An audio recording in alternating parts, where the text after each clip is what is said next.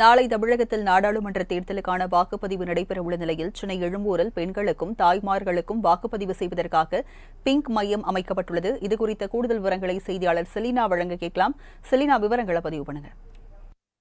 தமிழகத்தில் நாளை ஒரே கட்டமாக மக்களவை தேர்தல் நடைபெற இருக்கக்கூடிய நிலையில் தமிழகத்தில் இருக்கக்கூடிய ஒவ்வொரு சட்டமன்ற தொகுதிகளுக்கும் உட்பட ஒரு இடங்களுக்கு பெண்களுக்கென்று பிரத்யேகமாக வாக்கு அளிப்பதற்காக பிங்க் மையம் என்பது அமைக்கப்பட்டிருக்கிறது. பெண்கள் மட்டுமே இந்த வாக்குச்சாவடி மையங்களில் வாக்கு அளிக்கும் வகையில் கடந்த சட்டமன்ற தேர்தலின் போது இந்த மையம் என்பது அமைக்கப்பட்டிருந்தது.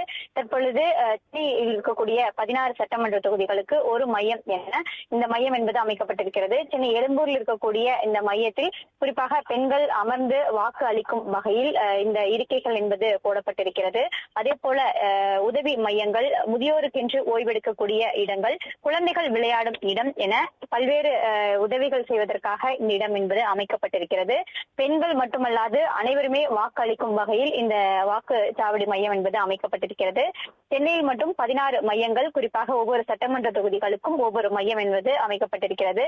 இங்கு பணியாற்றக்கூடிய பணியாளர்களும் பெண்களாக இருப்பார்கள் எனவும், இந்த வாக்குச்சாவடி மையத்தில் மட்டும் 4 ஊழியர்கள் பணியில் அமர்த்தப்படுவார்கள் என்றும் தெரிவிக்கப்பட்டிருக்கிறது.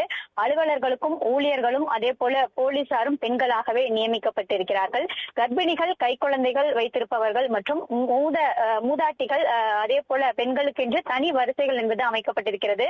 கோடை வெயிலில் பெண்கள் நீண்ட நேரம் வரிசையில் நிற்க முடியாமல் அவதிப்படுவதாகவும் இதற்காக இந்த மையங்கள் என்பது அமைக்கப்பட்டிருப்பதாக தெரிவிக்கப்பட்டிருக்கிறார்கள். இதற்கான பிரத்யேகமாக அனைத்து வாக்குச்சாவடி மையங்களிலும் ஏற்பாடுகள் என்பது தீவிரமாக செய்யப்பட்டு வருகிறார்கள்.